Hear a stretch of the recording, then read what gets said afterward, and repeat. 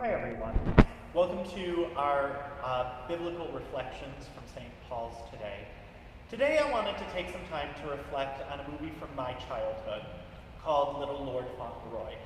Now, Little Lord Fauntleroy is a movie that I grew up with, and in my family, traditionally, we see it as a Christmas movie because it ends at Christmas time.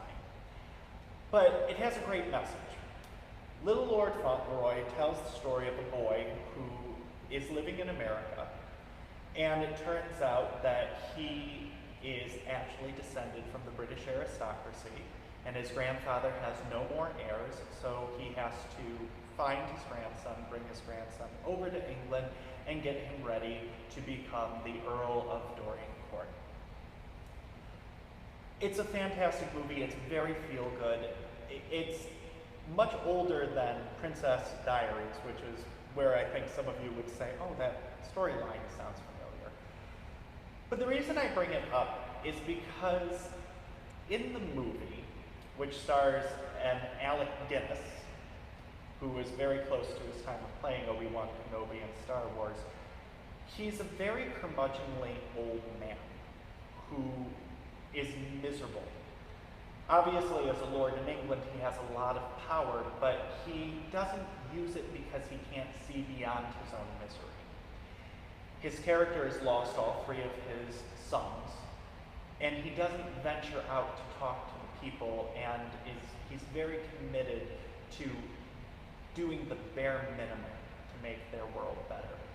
And his grandson, played by a very young Ricky Schroeder, comes out and brings out the best in him.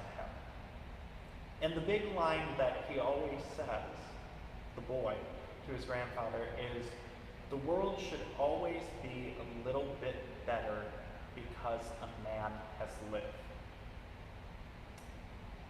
Ricky Schroeder's character is a very Christ-like figure. He always sees the best in every single person with so little judgment. Even his grandfather, who Alec Guinness, playing the grandfather, is not a kindly man, but the Ricky Schroeder character sees him as a benevolent, good figure.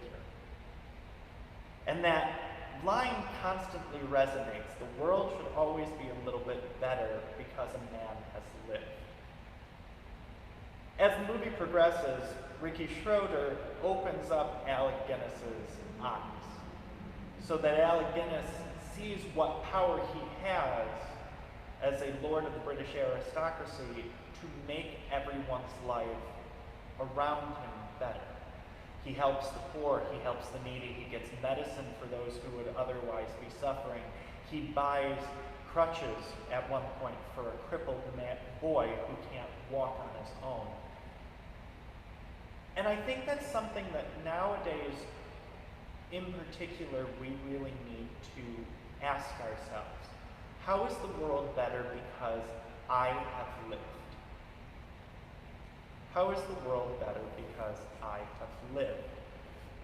It's something I don't think that we go and ask ourselves that as often as we should because we think we're smaller than we are. We oftentimes discount our good deeds because, well, they're not that important, but they actually are.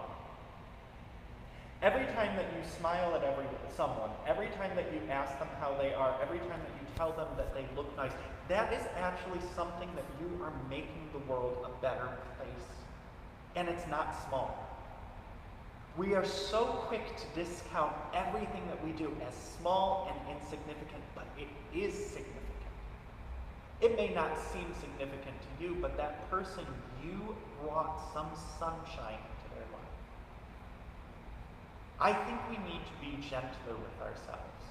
I think we need to encourage each other to do those small acts of kindness, because in a world as divided as we are in right now, those small acts are all that will actually get us through.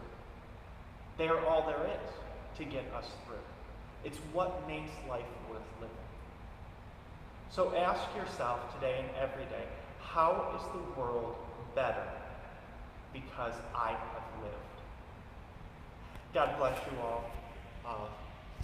We miss seeing some of you, though. It's nice to have people coming back to church.